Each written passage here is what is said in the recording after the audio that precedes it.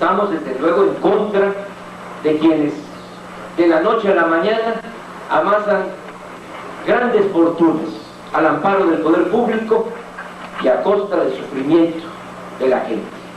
Y eso es lo que más ha dañado a nuestro país, la corrupción imperante. Eso es lo que ha dado al traste con todo. Y si no terminamos con la corrupción, el país no va a progresar. Por eso en este asunto del FOBAPROA no vamos a ceder. Vamos al fondo. Estimados amigos, debido a la crisis causada por el gobierno, muchos mexicanos no pudimos pagar nuestras deudas. Otros, abusando de sus influencias, cometieron cuantiosos fraudes. El gobierno no cuidó el manejo del crédito y muchos bancos lo otorgaron irresponsablemente. En Acción Nacional queremos que la gente viva mejor. Por eso hemos preparado una solución responsable e integral al problema de FOBAPROA.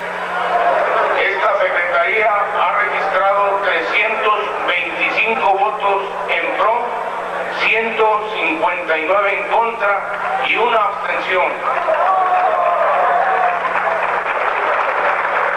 Aprobado en lo general y en lo particular el proyecto de decreto por el que se expide la Ley de Protección al Ahorro Bancario. Se reforman, adicionan. Estamos viendo cómo el PRI y el PAN festejan la aprobación de la ley del FOBAPROA para salvar a bancos y a empresarios de las deudas que no podían cobrar los primeros y pagar los segundos. Vimos al principio cómo López Obrador desde aquel tiempo se oponía y cómo Felipe Calderón lo apoyaba bajo diferentes matices.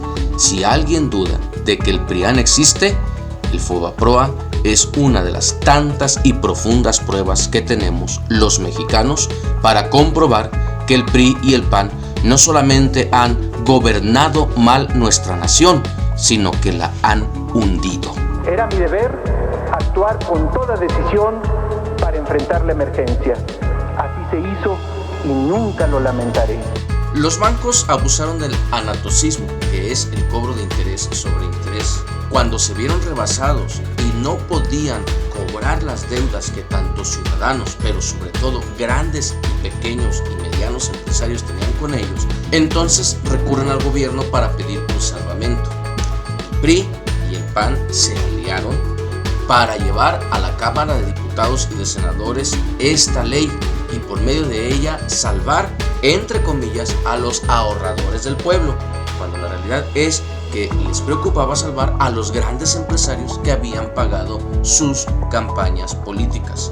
Fox, Calderón, José Ángel Gurría, Fernández de Ceballos y muchos políticos que actualmente todavía aparecen en los reflectores estuvieron involucrados en ese gran fraude en contra del pueblo de México. Hace poco Carlos Marín tuvo un videodebate con John Ackerman y defendió el FOBAPROA. Dijo que se había hecho para salvar a los ahorradores. Lo que no aclaró Marín es que se refería a los ahorradores grandotes, a los empresarios. Los bancos tuvieron su dinero, los empresarios ya no debían dinero y los políticos quedaron bien con ambos. Pero la deuda se traspasó a quien siempre la paga, el pueblo. El único político que se opuso a todo esto, buscando la fuerza del pueblo y que incluso organizó una consulta popular como las que hace ahora y que en aquel tiempo llegó a los 3 millones de participantes que dijeron que no aceptaban la ley del FOBAPROA, fue nuestro actual presidente Andrés Manuel López Obrador, quien en ese entonces fungía como dirigente del Partido de la Revolución Democrática, hoy prostituido con el PRIAN. Si usted duda de que el PRIAN existe, estudie un poco la historia del FOBAPROA. Y todo esto sale a cuenta porque actualmente los mismos que aprobaron ese fraude son los que ahora gritan que en medio de la crisis biológica y social que estamos viviendo por el SARS-2, debe el país adquirir deuda y que es totalmente necesario. Son los mismos que dicen: rescátame como empresario porque no voy a poder enfrentar esta crisis. No le des el dinero a los pobres, dámelo a mí para yo administrarlo, crear empleo, ser el intermediario entre tú y los pobres. Esa es la postura de las empresas apoyadas por los políticos. La realidad mexicana es que vociferamos ser un país capitalista, pero en el trato las empresas quieren ser totalmente socialistas y dependientes del Estado cuando se ven rebasadas.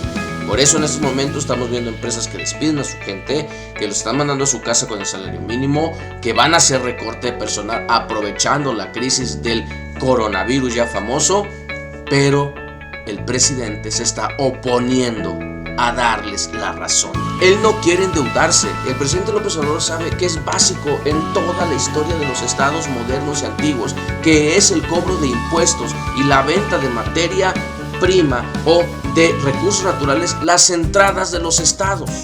Esa es la base de la economía de cualquier nación, y más en el mundo capitalista. Las empresas trabajan y deben pagar puntualmente sus impuestos, pero México, el México que nos heredó el PRIAN, lo dejaron en el último lugar de la OCDE en cuanto a recaudación de impuestos. Somos el país que menos impuestos recauda. Somos un país endeudado. Somos un país que se acostumbró a condonarle la deuda a los grandes empresarios. Llega un presidente que quiere cambiar esto.